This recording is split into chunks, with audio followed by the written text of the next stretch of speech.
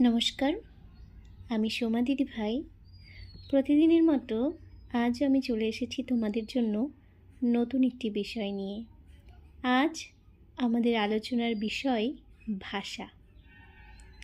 ভাষা কি, এর ব্যুৎপত্তিগত অর্থ যদি আমরা বিশ্লেষণ করি তাহলে দেখতে পাব ভাস ধাতু যুক্ত অ যুক্ত আ সমান সমান ভাষা, যার অর্থ হলো কোনো কিছু ব্যক্ত করা।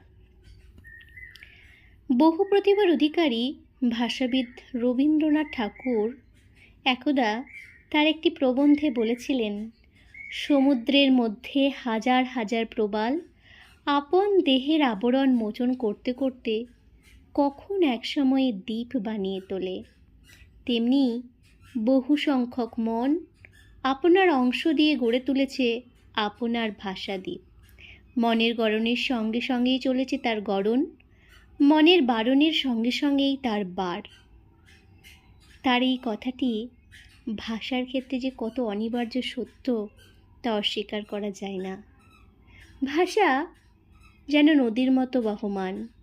মানুষ তার চিন্তা চেতনাকে প্রকাশ করে ভাষার মাধ্যমে। সব সংকেত কিন্তু ভাষা নয়। ভাষা একটি বাকযান্ত্রিক প্রক্রিয়া। বাকযন্ত্র থাকে একমাত্র মানুষের। সুতরাং মানুষের মনের ভাব প্রকাশের জন্য বাকযন্ত্রের সাহায্যে উচ্চারিত ধ্বনির সমষ্টি কিন্তু হলো ভাষা।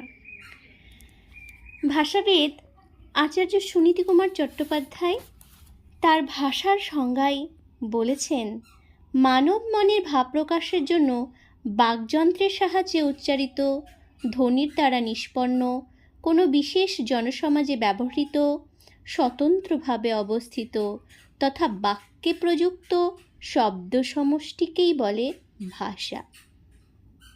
আবার সুকুমার সেন এই আলোচনায় লিখেছেন, মানুষের উচ্চারিত অর্থবহ বহুজন বোধ্য ধ্বনি সমষ্টি ভাষা। আর এই ভাষা যার সাহায্যে গড়ে ওঠে তা হল বাকযন্ত্রের উচ্চারিত ক্ষুদ্রতম অর্থহীন একক ধ্বনি।